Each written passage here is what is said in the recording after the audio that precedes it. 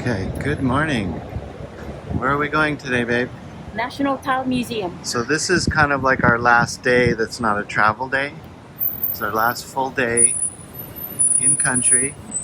Tomorrow we travel, which is a full day to Barcelona and then LAX. But today we have a special day planned. We're going to go to the National Tile Museum. We could take the metro or a Bolt kind of Uber thing, the bus, lots of different ways to get there.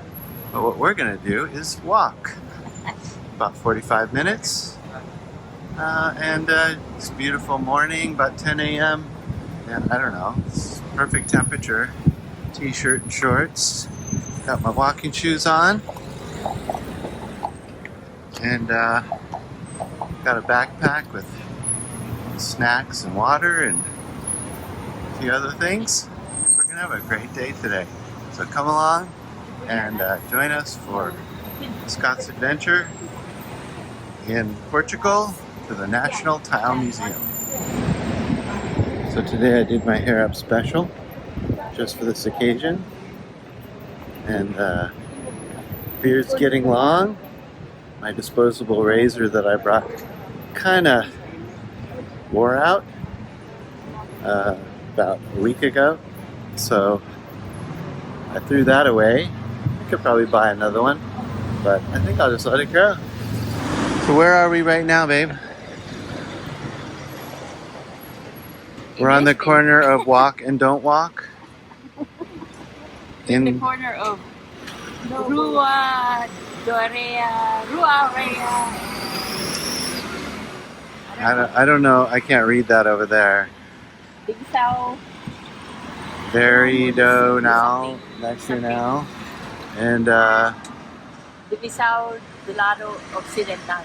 going down I don't know to. what street that is. That's the estuary.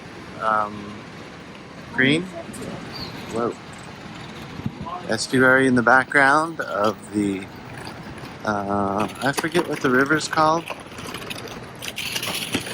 What's the name of the river, babe? Tagus. The Tagus. The Tagus or Tagus River flows out underneath the Golden Gate Bridge. That's not the Golden Gate Bridge. Into the ocean, Atlantic. And we're walking down kind of to the. And now there was a big soccer game last night. Football, the European Championships 2024. Portugal was playing Slovakia. And there was a big party down here with all that.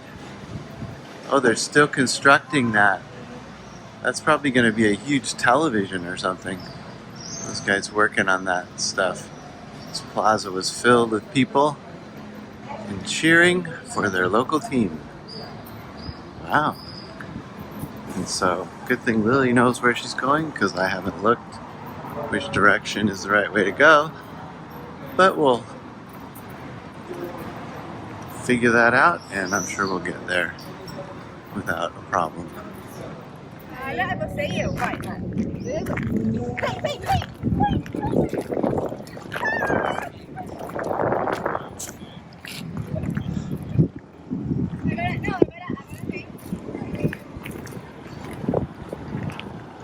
And yeah, there's a lot of cops, because people get rowdy at their soccer games, and they drink, and have lots of police. So why tile is so important in Portugal, in Lisbon specifically, because it's all over the city. The buildings have beautiful tile. They're on the walls of tunnels, all over, and some of the designs and colors are really beautiful.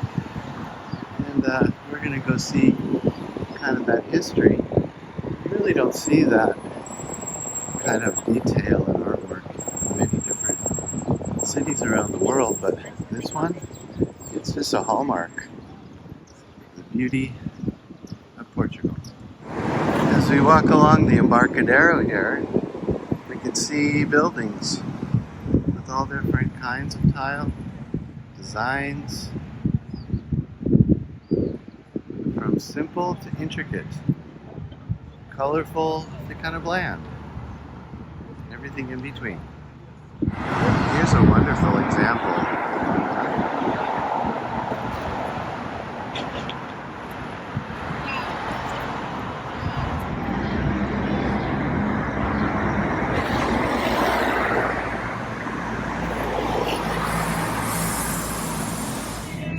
And he's playing Sublime.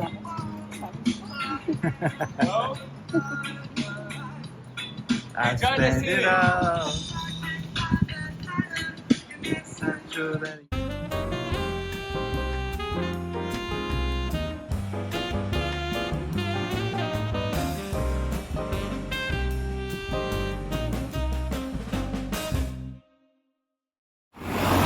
This looks like maybe part of the old city. They just used to pile up stones with mortar. And how do we know where we're going? Technology. Right, babe? Google Maps. Just type in where you want to go to, and it tells you how to get there. Pretty straightforward. The National Tile Museum is dedicated to tile work of Portugal and the former Portuguese Empire. Housed in the former convent, the museum's collection is one of the largest of ceramics in the world. Tile as an identifying artwork of Portugal. Its uninterrupted use throughout the past 5 centuries different from how it was perceived in other cultures, asserting a Portuguese taste. The museum is a starting point to appreciate this heritage found all over the country, applied in the spaces for which it was designed. The National Tile Museum was established in 1965 and became a national museum in 1980. It is located in the former convent, founded by Queen de Leonor in 1509.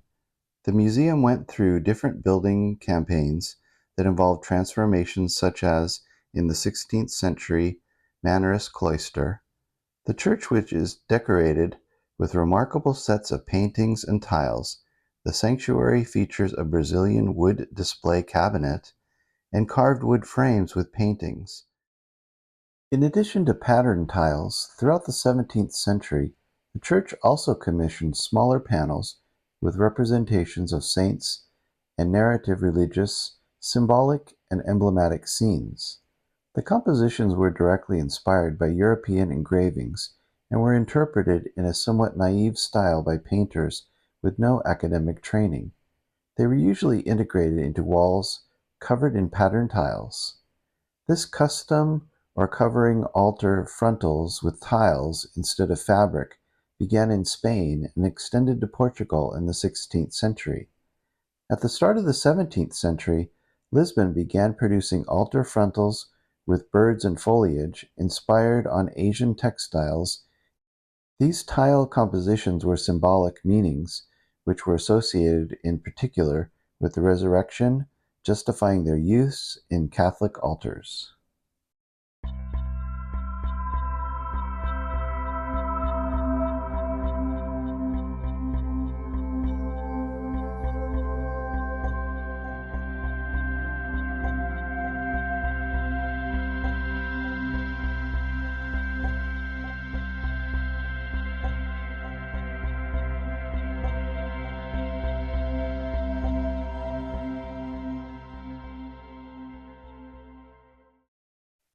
This 16th century hall was profoundly altered between 1872 and 1899 during a campaign of works, having the memory of its original function been lost.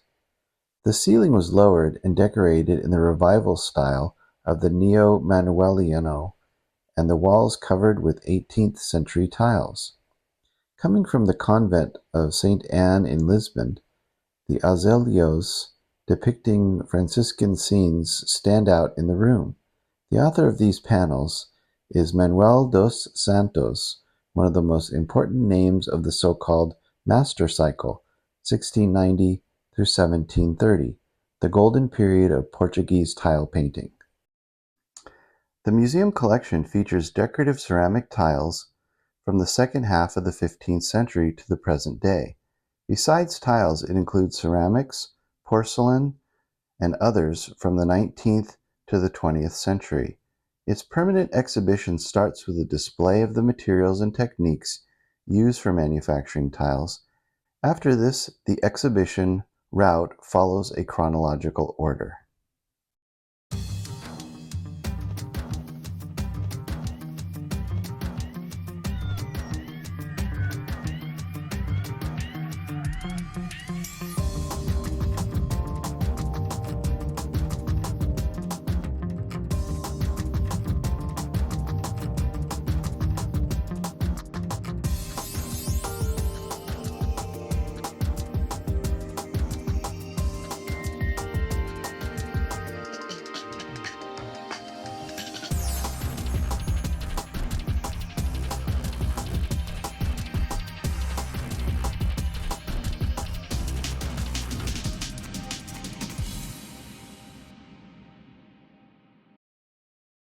The permanent exhibition of the museum is displayed in rooms of ancient monastery and shows the history of tile heritage in Portugal from 16th century until the modern times. The church, the chapels of St. Anthony and Queen Leonor, and the choir are parts of this exhibition as well.